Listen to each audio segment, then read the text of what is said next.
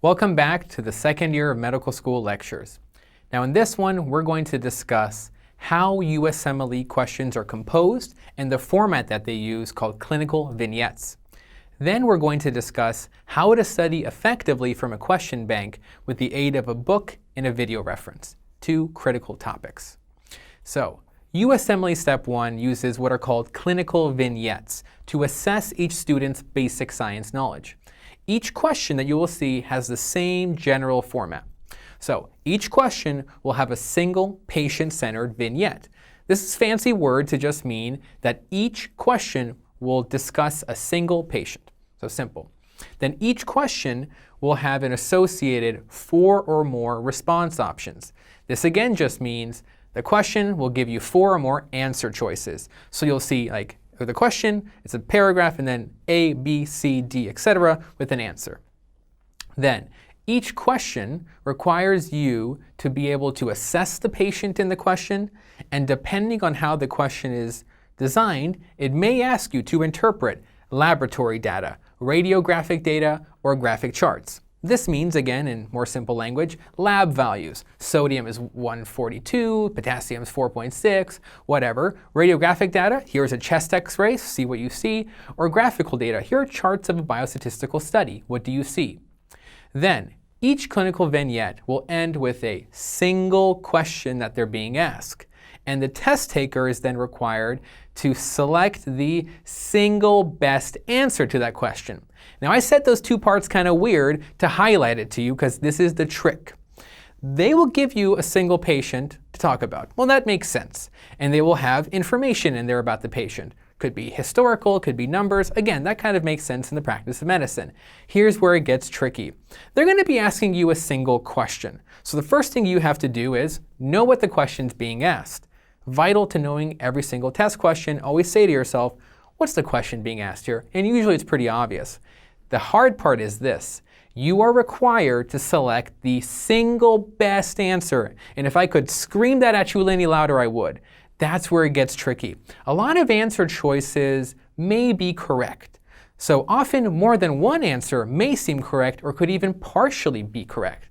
And the test taker then is required to select the single best question being asked. This is the root of the challenge of all USMLE step questions, finding the single best answer. So the question becomes, well, how do you answer USMLE questions? You're emphasizing the single best concept, what do I do? Now, every single student will have and develop their own strategy on how to set up and answer a USMLE Step 1 question. However, in general, the following strategy is the core of what all students do, and it's what I recommend as well. So here's what I want you to do. You're on test day, you're practicing using a question bank, using a book, whatever. You have a question in front of you. I want you to start by reading the last sentence or two of the question first. It's best to know what you're being asked before you read the entire question stem. Often, question stems can be long and full of information that's not necessary to get to the right answer. So start with the last sentence or two. Find out what they want you to ask, or they want you to answer, that is. After you know what question they are asking, quickly scan the answer choices. You don't have to read them carefully. Just get a sense of what type of answer choices are available to the question they're asking. Now, this is a bit of an elevated point. What you're going to be doing when you're looking at answer choices is ask yourself, is this a diagnostic question? Are they asking me, what would I do to help diagnose? Is it a therapeutic question? What answer am I going to pick to give a treatment therapy? So just look at the answers and figure out the gist or the general category of what answer you're looking at.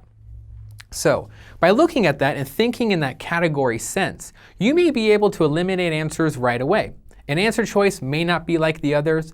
Two are identical but with little different wording. So you can use basic test-taking strategy just by looking at the answer choices before you've even read the vignette.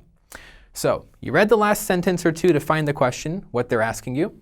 You quickly scan the answer choices and figure out categories. Then I want you to carefully read the question. So we've timed it out. We looked at the total number of questions you have and the total number of minutes on test day. You have over 1.5 minutes to read and answer each question. So read carefully, but read quickly. 1.5 minutes is not that long. Now, for some, you're going to have to interpret not just the paragraph about the patient, but also laboratory radiographic data or charts. Now, this is where having lots of cube bank or question bank experience comes in handy. When you do lots of question banks, you will learn the wording of these questions. You'll become familiar with how they present laboratory data, imaging data, and this familiarity allows you to move more quickly. Since you already know the question being asked when you're attacking a question, you scan the answers. Try to come up with an answer in your head before you go on to the answer choices. Once you have an answer, then go to the answer choices and start eliminating ones that are just totally wrong. Then hopefully by the end you'll have a single best answer. But let's be honest, life isn't that perfect. You're probably going to be left with more than one. Then you're going to use test-taking strategy to help you narrow your choices. Okay? So what is the point of this strategy? Number one, the point of the above strategy we just went through is to never, ever, okay, listen, never, ever start by just reading the question from the top, working your way down, getting to the answer choices.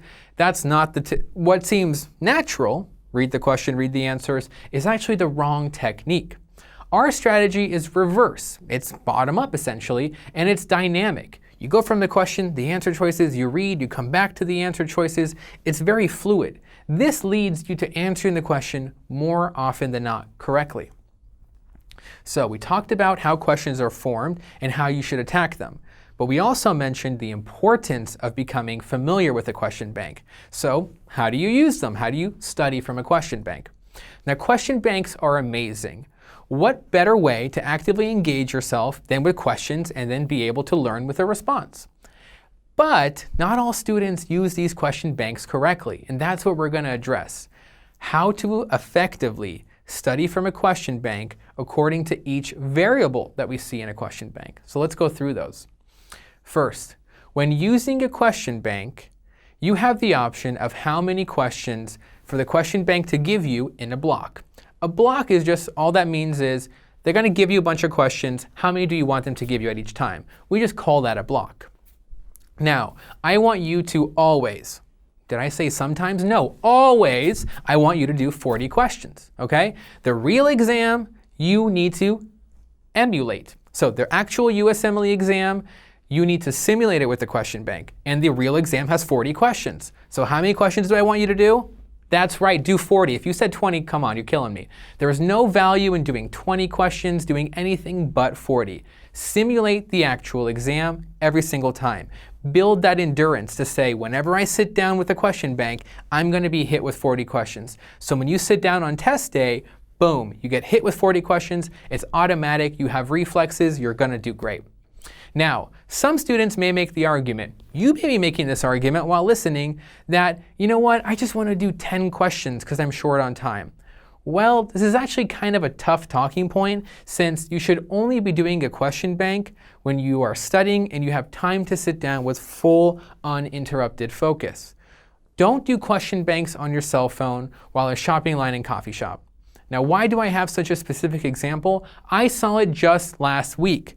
It's step 1 season, a lot of question banks you can bring up on your smartphone. This guy is sitting there in a line at a Starbucks going through his question bank. That's not how you use a question bank. If you just want to review an old bank for good old fun's sake, that's fine. But if you're going through the question, that's not the way to do it. Use the time when you're standing in a line at a coffee shop to watch lecturio videos. You can access them on your phone. Pull up PDFs of a book you're reading that's high yield. Use question banks only when you can give it your full simulated test day experience with full focus. It is not something to be used passively. And let me tell you why. You will build within yourself false confidence. If you are doing a question bank kind of passively, you're kind of getting it right, you're kind of getting it wrong, you're quickly reading the answer choices, you're going to go through that question bank at some point and finish it. You're going to feel, oh, I've done a bunch of the question bank, I'm doing great. Unfortunately, you did that question bank but without full focus, and you didn't pull all the great stuff out of it. So only do question banks when you can give them your full, undivided attention. Second, the question bank itself will then ask you, okay, so I'm giving you now 40 questions, because that's how much you're going to do every time, if you want the exam timed or untimed, and if you want it in test mode and in tutor mode. The answers here are simple. Always do them timed and always do them in test mode. Again, you're trying to simulate the exam day. Timed just means, do you want there to be a countdown timer at the bottom? So doing 40 questions will give you 60 minutes. Do you want them to put that timer there, and when the clock runs out, close the test? Of course you do. You always want to simulate that exam experience. So when you're sitting at home and doing these timed tests, you're going to be doing the question, looking down at the time and going, oh, time's kind of running out, I better speed up. So on test day, when you're taking it and you're seeing time go down, you've already built the mental and physical reflex to speed up or slow down depending on how much time you have. The next variable there was, remember, test mode. You do not want to ever do tutor mode. Test mode says you're going to do 40 blocks, and we've already said, 40 questions in your block, and you're already going to do them in 60 minutes timed. Test mode means you have to take all the questions and answer them, and after you finish the test and hit submit, then it will give you all the answer choices and the descriptions. Tutor mode means every time you hit a question and give an answer, right then it'll give you the answer, right or wrong, and the solutions. That's not how test day is. Test day is test mode. So always do 40 questions, timed, and test mode. There's no other reason for anything else. Now, the benefit here is that you spend, with this technique, a solid hour in time mode going through 40 questions, just like on test day. After you finish the block, then you can spend dedicated time going through each question in full study mode. Thus, studying from a question bank then comes in two modes. First, you sit down for an hour and you take the test block, then you study the test block afterwards with a textbook and reference. The third variable to consider here is your environment. When you sit down to do a block of question bank questions, it will take you 1 hour because you're always going to be doing 40 questions. Since we're always trying to simulate the exam, you want to make sure you're sitting down in a quiet location without interruption. Put your cell phone in airplane mode, everything goes on halt. For that 1 hour, you do the block and nothing else. Now, after you've done that block in full test day simulation format, now you have to go through each question and study it. This is where it actually gets fun. And this is the entire purpose of the QBank. So start with the first, so you've done the test, you're like, okay, did a great job, sat down for an hour, simulated the test, let's go through it, let's learn. So start with the first question. What I want you to do when going through and studying is reread the question quickly and scan the answer choices again. See if you got the answer, or the question that is, right or wrong, and see what the other answer choices was. Then go to the description below the correct answer choice. Whether you got the question right or wrong, I want you to do the exact same thing. Doesn't make a difference if you got it right or wrong. So underneath the question answer, there's going to be a description. Read the description and see if there was an absence of knowledge or a lack of ability to interpret the data that was the cause of you possibly getting the question wrong. Maybe you misunderstood the question being asked, or maybe you selected a partially correct answer and not the single best answer. The purpose of going through to the correct answer is to figure out why the correct answer is correct. And if you got it wrong, where along the decision-making progress you went down the wrong path.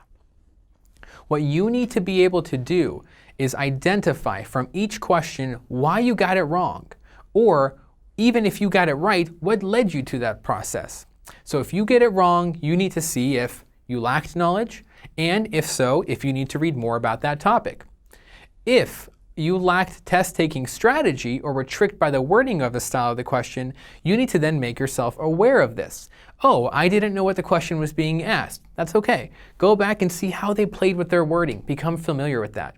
Oh, I picked a partial correct answer. That's okay. Go back and say, why was the other answer more correct than the one I picked? This is how you learn from the mistakes and actually strengthen, which is arguably an extremely very important variable, your USMLE test-taking skills. So knowledge is one component and simple test-taking skills are another. And thankfully with the QBank you get to know both. Okay, now that you've looked at the correct answer choice, I want you to go through all the other answer choices that were wrong and figure out why these answer choices are wrong. Learning why the other options are wrong is actually just as important as knowing why the actual answer choice that was correct. And here's why. on the actual test day. So an actual question on test day may concern a topic from one of the wrong answer choices in a question. So while going through a Q bank, not only are you learning knowledge from the right answer, but you're also learning knowledge of all the wrong answers as well.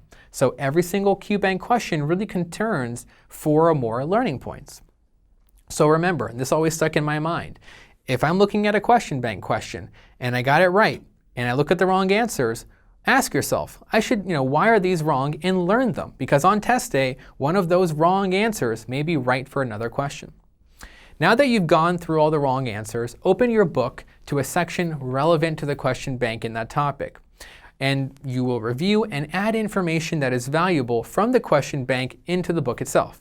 So open the book, read the stuff, think, oh, okay, I see what's going on here. Look at the Q bank. If there's any more high yield information, go ahead and write it in there.